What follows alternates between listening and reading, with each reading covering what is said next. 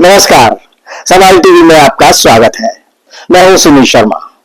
मित्रों, देश में अपराधों की रोकथाम का मुख्य आधार है विभिन्न कानून, जिन्हें बनाने और जरूरत होने पर उनमें सुधार का काम करते हैं संसद और विभिन्न राज्यों की विधानसभाओं के माननीय सदस्यगण। लेकिन ये विडंबना ही है कि इनमें से एक बड़ी संख्या में माननीय खुद ही अपराधों के कटघरे में खड़े हैं।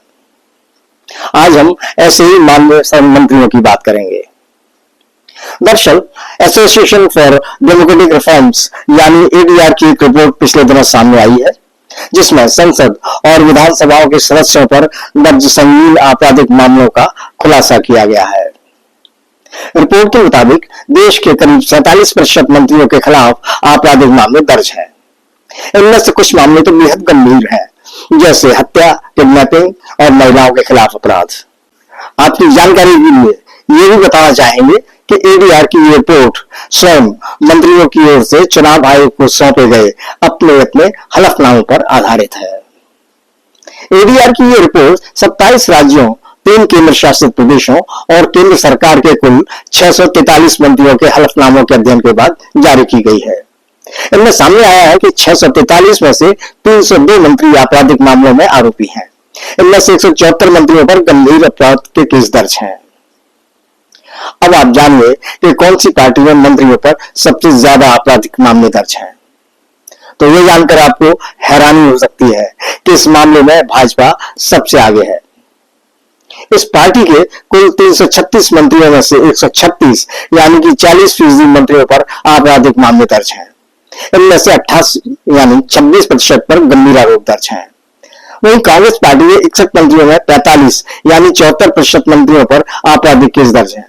इनमें से 18 मंत्रियों यानी 30% पर गंभीर मामले दर्ज हैं, जबकि डीएमके के 31 में से 27 मंत्री यानी 87 पर आपराधिक केस दर्ज हैं।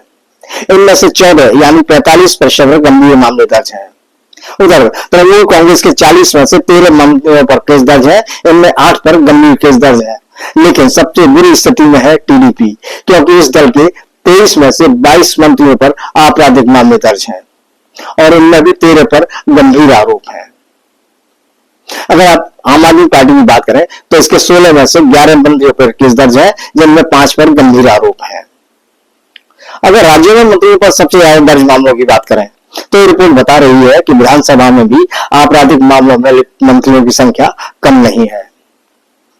कुछ राज्यों में तो 7% से ज्यादा मंत्रियों पर आपराधिक मामले दर्ज हैं। इनमें आंध्र प्रदेश, तमिलनाडु, बिहार, उड़ीसा, महाराष्ट्र, कर्नाटका, पंजाब, तेलंगाना, हिमाचल प्रदेश, दिल्ली और पुडुचेरी शामिल हैं।